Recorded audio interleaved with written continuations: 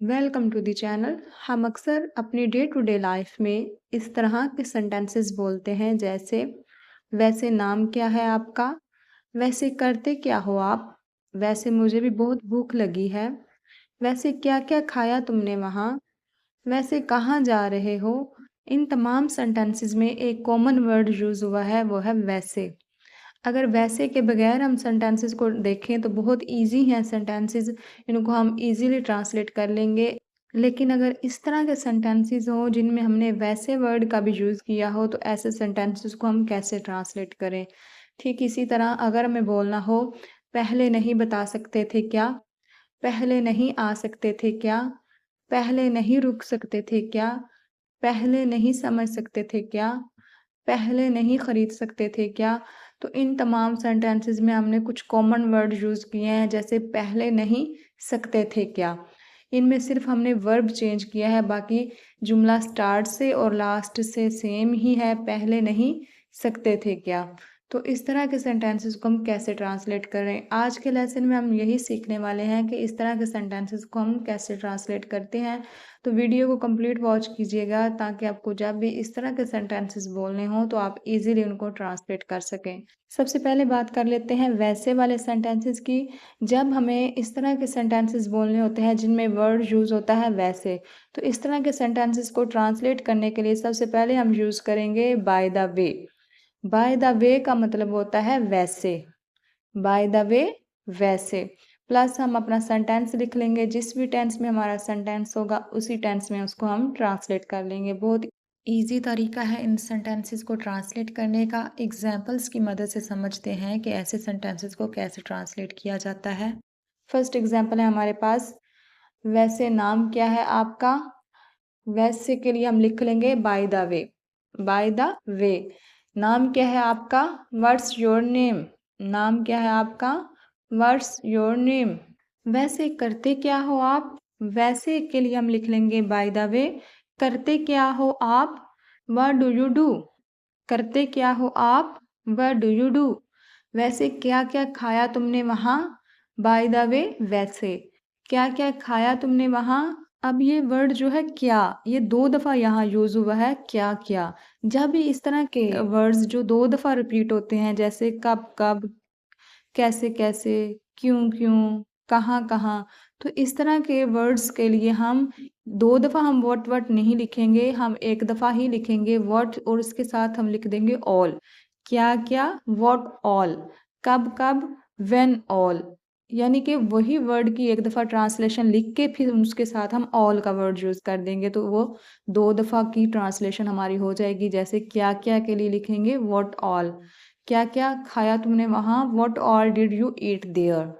इसी तरह अगर हमें बोलना हो वैसे कहाँ जा रहे हो, by the way where are you going, by the way where are you going. वैसे मौसम आज कितना अच्छा है, by the way the weather is so nice today, by the way the weather is so nice today. वैसे तुम कब आए थे। इस सेंटेंस को आप ट्रांसलेट कीजिएगा। बहुत ही इजी मेथड है इस तरह के सेंटेंसेस को ट्रांसलेट करने का। अब बात कर लेते हैं टाइप 2 के सेंटेंसेस की, जिनमें था पहले नहीं सकते थे क्या। तो इस तरह के सेंटेंसेस को ट्रांसलेट करने के लिए सबसे पहले हम यूज़ करेंगे कुड नॉट का, प्लस हमारा सब्जेक्ट आ जाएगा, प्लस हैव का यूज़ करेंगे इन सेंटेंसेस में, प्लस हैव के साथ आ जाएगी वर्ब की थर्ड फॉर्म, और लास्ट पे हम लिख देंगे बिफोर या फिर अर्लियर। एग्जाम्पल्स की मदद से समझते हैं कि ऐसे सेंटेंसेस को कैसे ट्रांसलेट किया जाता है। फर्स्ट एग्जाम्पल है हमारे पास, पहले नहीं बता सकते थे क्या। अब इसमें जो वर्ब है वो है बताना। इन तमाम सेंटेंसेस में वर्ब की थर्ड फॉर्म का यूज़ होगा क्योंकि इन सेंटेंसेस में हैव का यूज़ किया गया है। वर्ब की फर्स्ट फॉर्म का यूज़ हमेशा प्रेजेंट सेंटेंसेस में किया जाता है और वर्ब की सेकंड फॉर्म का यूज़ पास्ट सेंटेंसेस में किया जाता है और वर्ब की थर्ड फॉर्म का यूज़ परफेक्ट टेंसेस में किया जाता है। हमारा सेंटेंस था, पहले नहीं बता सकते थे क्या, नहीं सकते थे क्या। इसके लिए तो हम यूज़ कर लेंगे कुड नॉट यू हैव। बताना के लिए लिख लेंगे टोल्ड, टेल की second third form told, could not you have told me. और लास्ट पे पहले की ट्रांसलेशन लिख लेंगे, पहले के लिए लिख लेंगे बिफोर या फिर earlier. Could not you have told me earlier या फिर could not you have told me before. पहले नहीं आ सकते थे क्या, पहले नहीं आ सकते थे, नहीं सकते थे क्या, इसके लिए लिखेंगे कुड नॉट यू हैव। आने के लिए लिख लेंगे कम। कम जो है थर्ड फॉर्म है, ये फर्स्ट फॉर्म नहीं है, थर्ड है, क्योंकि इसकी फर्स्ट और थर्ड फॉर्म एक जैसी होती है कम की। कम, केम, कम, तो यहाँ पे थर्ड फॉर्म है, फर्स्ट फॉर्म नहीं है।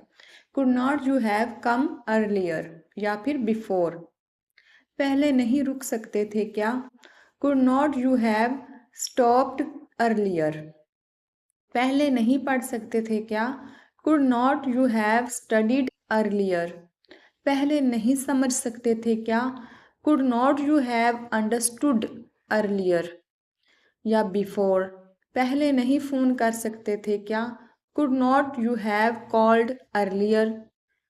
कॉल की भी थर्ड फॉर्म है कॉल्ड। पहले नहीं खरीद सकते थे क्या, could not you have bought it earlier. Could not को हम शॉर्ट फॉर्म में कुडंट भी पढ़ लेते हैं या लिख लेते हैं। इस तरह के सेंटेंसेस अक्सर हम तब यूज़ करते हैं जब हमें हैरत हो, शिकायत करनी हो किसी से या पूछना हो कि ये काम पहले क्यों नहीं किया गया, तब हम इस तरह के सेंटेंसेस का यूज़ करते हैं। तो इस तरह के सेंटेंसेस में सबसे पहले हम यूज़ करते हैं कुड नॉट का, कुड नॉट यू हैव का।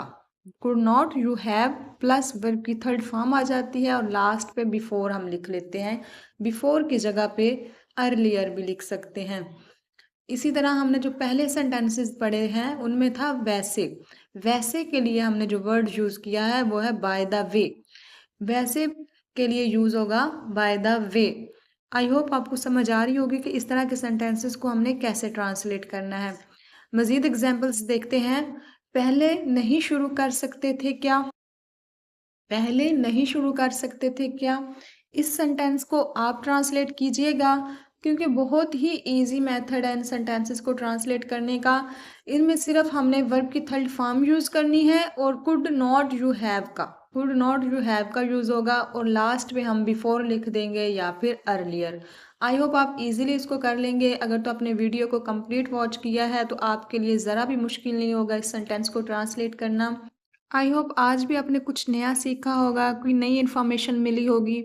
अगर वीडियो अच्छी लगी है तो वीडियो को लाइक कर दें और चैनल पर पहली बार आए हैं तो चैनल को सब्सक्राइब कर लें ताकि हर न्यू आने वाली वीडियो का नोटिफिकेशन आपको मिल सके। मिलते हैं नेक्स्ट वीडियो में। Thanks for watching.